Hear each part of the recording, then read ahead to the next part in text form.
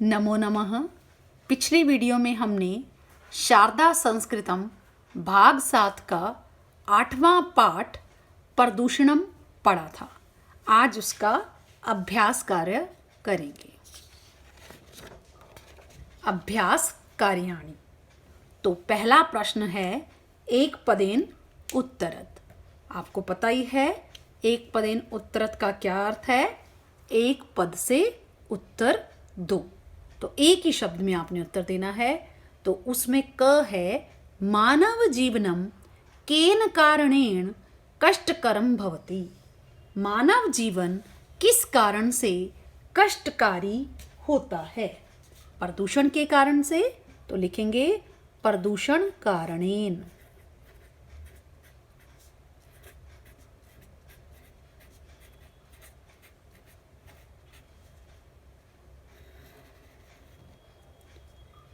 दूसरा प्रश्न है ख कीदृशम जलम कुत्रापि न प्राप्यते।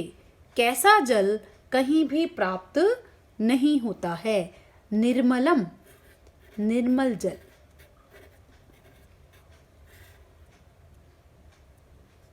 मानवा किमर्थम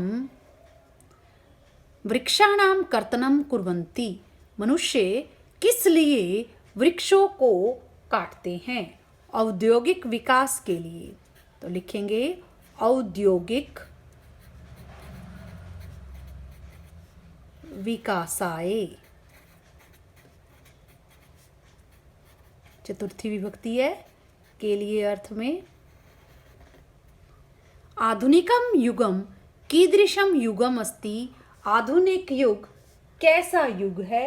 आधुनिक युग औद्योगिक युग है।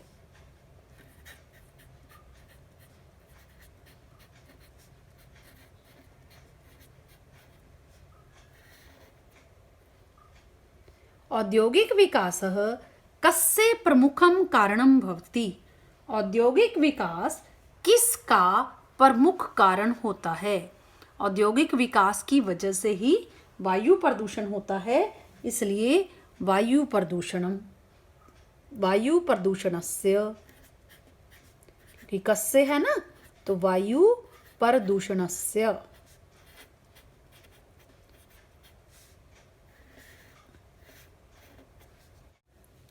दूसरा प्रश्न है पूर्ण वाक्येन उत्तरत। पूर्ण वाक्य से उत्तर दीजिए। तो क है प्रदूषण समस्याया समाधानम कथम भविष्यति। प्रदूषण समस्या का समाधान कैसे होगा। आप प्रदूषण समस्या का समाधान तो आप पाठ में पढ़ चुके हो। कैसे हो सकता है। यज्ञ करने से हो सकता है, या वृक्षारोपण से भी हो सकता है, और यंत्रों के कम प्रयोग से भी हो सकता है। तो ये सारे तो उपाय हैं, परंतु अकेले नहीं हो सकता। तो हम ये लिखेंगे प्रदूषण समस्या का समाधान सबके सहयोग से हो सकता है। प्रदूषण समस्याया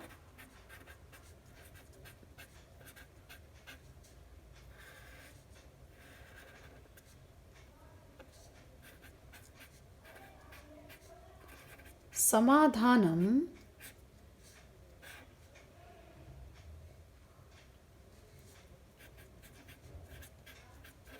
सर्वेषां सहयोगेन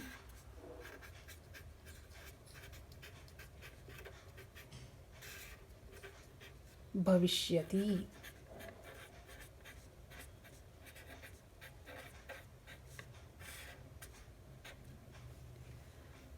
ख है यंत्राल्यानां यानानां च धूम्रेण किम भवति। कारखानों के और यानों के धुएं से क्या होता है। क्या होता है। वायुमंडल दूषित होता है। तो यही लिख देना है आपने किम के स्थान पर। यंत्राल्यानां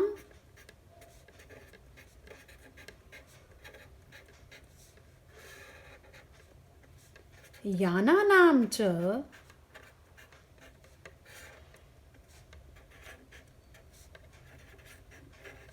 धूम्रेण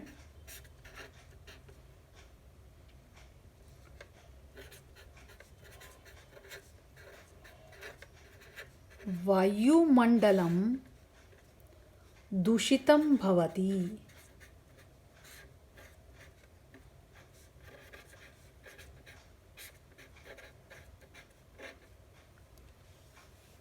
यदा ग है यदा दूषित वायु मानव शरीरे प्रविशति तदा किं भवति।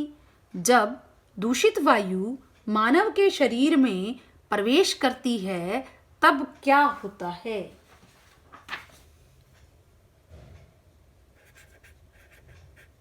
यदा दूषित वायु मानव शरीरे प्रविशति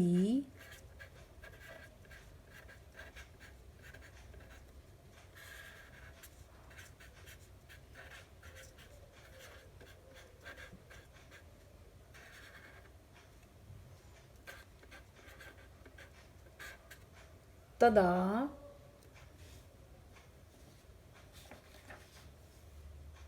विभिन्न रोगाणां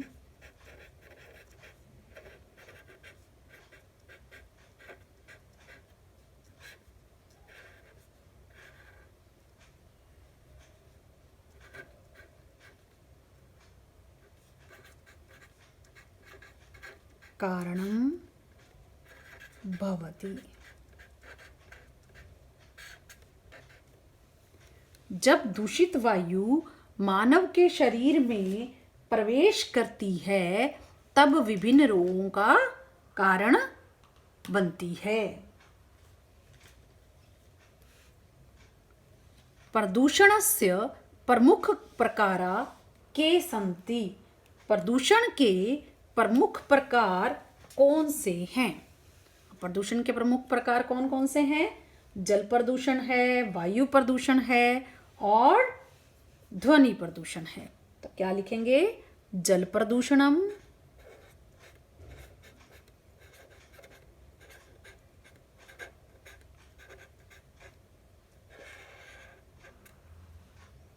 वायु प्रदूषणम,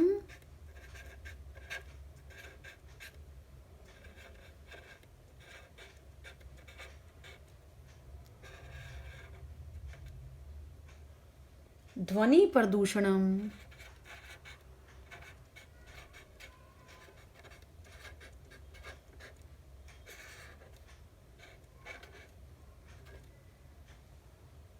च प्रदूषणस्य प्रमुख प्रकारा सन्ति।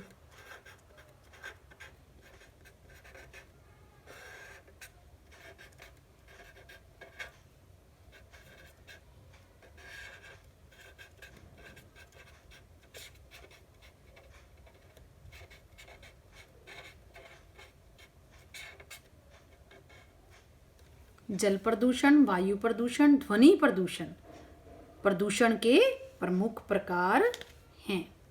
अब आगे चलते हैं।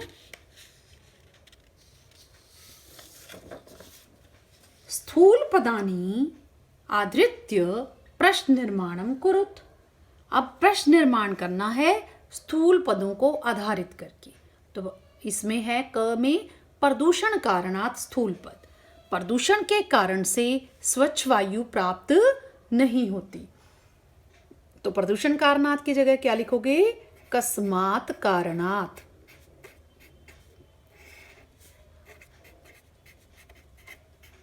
किस कारण से स्वच्छ वायु प्राप्त न भवती। आपने पूरा लिखना है भवती तक, अंत में प्रश्न चिन्ह। आगे है वैज्ञानिका नित्यं यंत्राणाम आविष्कारम कुर्वन्ति। वैज्ञानिक नित्य यंत्रों का आविष्कार करते हैं।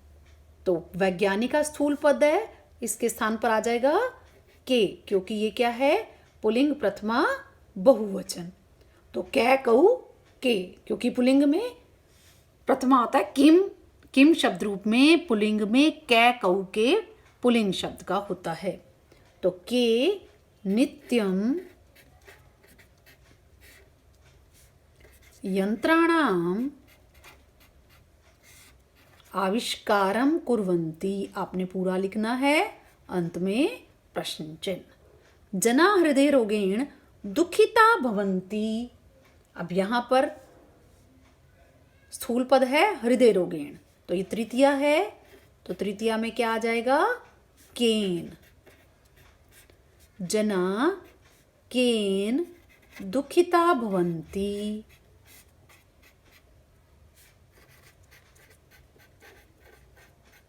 अंत में प्रश्न चिन्ह। औद्योगिक विकासाय मानवा वृक्ष कर्तनम कुर्वन्ति, औद्योगिक विकास के लिए मानव वृक्ष काटते हैं, तो हम कहेंगे किस लिए, या तो हम लिख सकते हैं किमर्थम, या हम लिख सकते हैं कस्मै।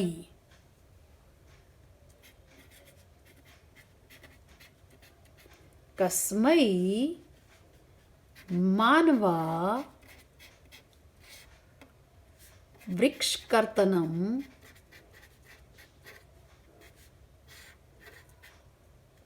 कुर्वन्ति, अंत में प्रश्न चिन्ह। तो ये हुए प्रश्न निर्माण। अब आगे है विशेषण विशेष्यम मेलनम कुरुत। इसमें से अधिकतर हमने पाठ में ही कर लिए होंगे, फिर भी कर लेते हैं। पहला है औद्योगिके।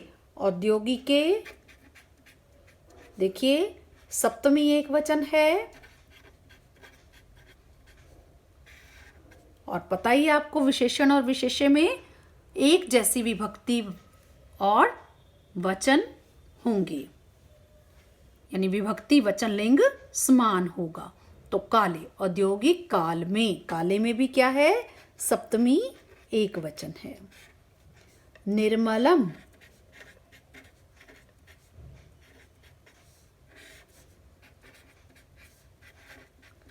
अब निर्मलम जलम, प्रथमा एक वचन है,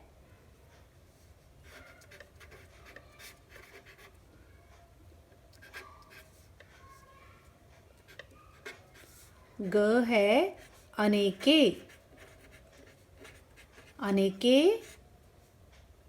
रोगा, अनेक रोग, ये है पुल्लिंग प्रथमा बहुवचन। सर्वाधिकम,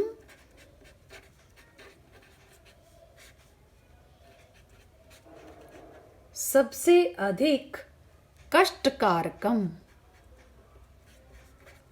सबसे अधिक कष्टकारी, प्रथमा एक वचन। आगे है दूषितम, दूषितम वायुमंडलम, ये भी है प्रथमा एक वचन। आगे है स्वच्छ, स्वच्छ वायु, ये है पुल्लिंग प्रथमा एक वचन। तो ये हैं विशेषण विशेष्य, इनमें लिंग विभक्ति वचन समान हैं। आगे है पांचवा प्रश्न, कोष्ठकात् उचितम विकल्पम चित्वा रिक्त स्थानानि पूरयत। कोष्ठक से उचित विकल्प चुनकर रिक्त स्थान भरो। अब हमारे पास ये शब्द दिए हुए हैं, इनमें से एक शब्द छांटना है। वर्तमान काले तु उद्योगानाम डैश सर्वत्र भवति। वर्तमान काल में तो उद्योगों का विकास सब जगह हो रहा है। विकासः,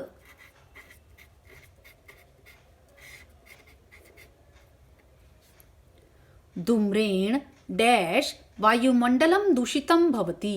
धुएं से हमारा वायुमंडल दूषित होता है। अस्माकम,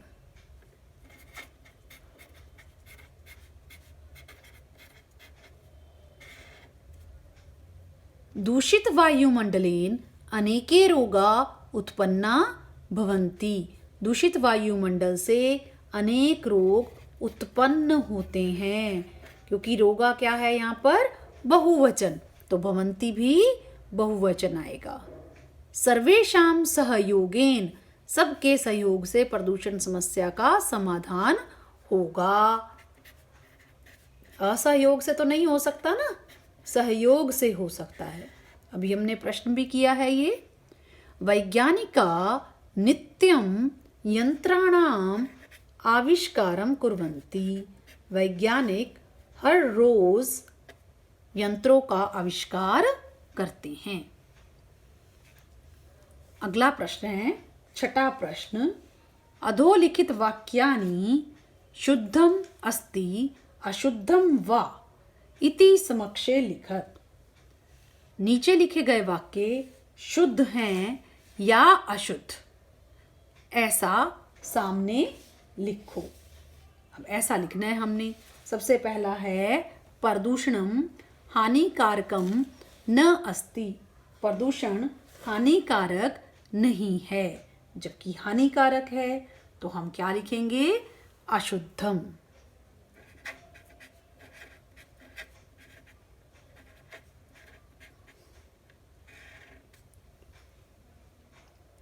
वृक्षारोपणम सदैव करणीयम। वृक्षारोपण हमेशा करना चाहिए। शुद्ध है, करना ही चाहिए, ताकि हमारा वायुमंडल शुद्ध हो जाए, दूषित ना हो। यानानाम धूम्रेण वायु स्वच्छ भवति।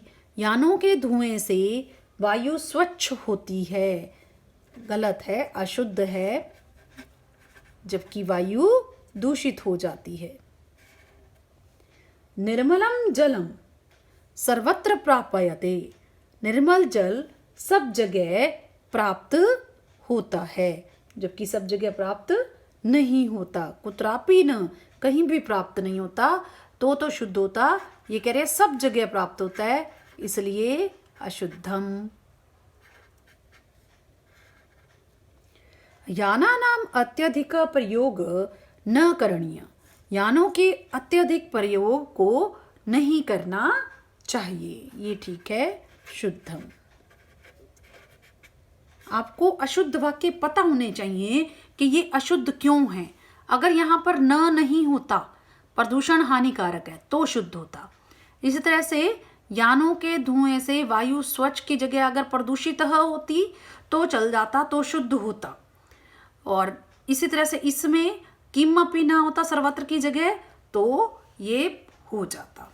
इसका मतलब ये इसलिए अशुद्ध हैं, इन शब्दों की वजह से। अब आगे चलते हैं।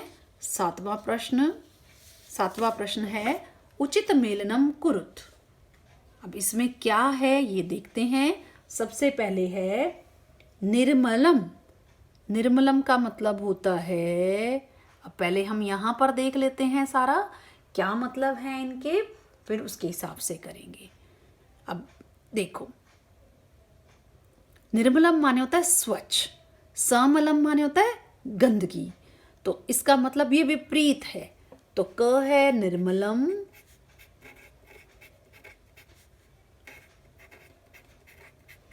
यानी स्वच्छ, और छठा है समलम, गंदगी के साथ, अर्थात गंदगी। तो ये हो गया इसके साथ मिलान, और ये है विपरीत। दूषितम, दूषितम के साथ है स्वच्छम। दूषित और स्वच्छ विलोम है ना।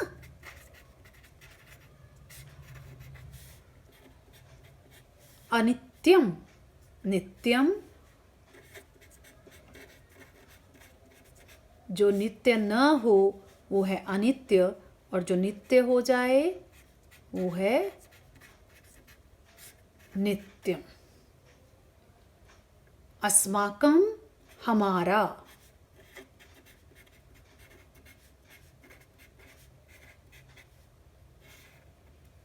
युष्माकं, तुम्हारा।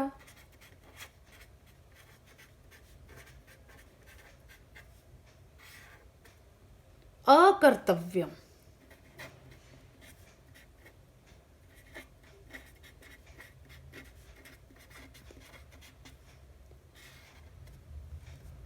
कर्तव्य का ना होना वो है अकर्तव्य, और कर्तव्य जो कर्तव्य होता ही है। या इसको ऐसे भी कह सकते हो, कर्तव्यम माने करना चाहिए और अकर्तव्यम नहीं करना चाहिए। नश्यति, नष्ट हो जाता है। इसमें है रक्षति,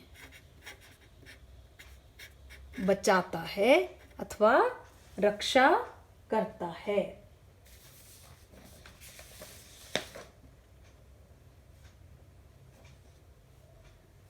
और नश्यति को आप कह सकते हो नष्ट करता है और रक्षति बचाता है अथवा रक्षा करता है। 8वां प्रश्न है पर्यावरण संरक्षणस्य उपायानां समक्षम उचितं चिह्नं कुरुत अन्येषां च अनुचित इति। अर्थात जहाँ पर ये उपाय ठीक हैं आपने ठीक का निशान लगाना है और जो बाकी दूसरे हैं वो गलत होंगे तो उन पर गलत का निशान लगाना है। तो पहला है अधिकाधिकम वृक्षारोपणम आना चाहिए। यहाँ प भी आएगा, वृक्षारोपणम करणीयम। यहाँ लिख देती हूँ पूरा, वृक्षारोपणम इस तरह से आएगा। अधिक से अधिक वृक्षारोपण करना चाहिए। ठीक है।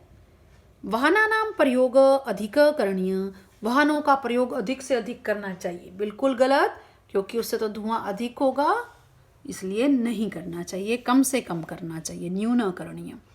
यंत्रालयानां स्थापनम निर्जन स्थाने करणीयम, जो कारखाने हैं उनका स्थापन निर्जन स्थाने, जहाँ पर खाली स्थान हो, जहाँ लोग ना रहते हों, ऐसे स्थान पर करना चाहिए। बिल्कुल ठीक। वृक्ष कर्तनम करणीयम, वृक्षों को काटना चाहिए। गलत, अगर वृक्ष काट देंगे तो वायु दूषित हो जाएगी, इसलिए वृक्ष अधिक से अधिक लगाने चाहिए। वृष्टे जलम संरक्षणीयम, वर्षा में पानी का संरक्षण करना चाहिए। बिल्कुल ठीक है। उद्योगानां मलिनम जलम नद्याम न पातनीयम, उद्योगों के मैले जल को, गंदे जल को नदी में नहीं बहाना चाहिए, नहीं गिराना चाहिए। बिल्कुल ठीक। प्रतिदिनम यज्ञ करणीयम, हर रोज यज्ञ करना चाहिए। ठीक है। यज्ञेन वायु प्रदूषितः भवति, यज्ञ से वायु दूषित हो जाती है। गलत, जबकि वायु स्वच्छ हो जाती है, तो इसका हम लिखेंगे गलत। तो यहाँ पर हमारा अभ्यास कार्य खत्म हो गया। कोई भी कठिनाई आए तो आप कमेंट करके पूछ सकते हैं। धन्यवाद।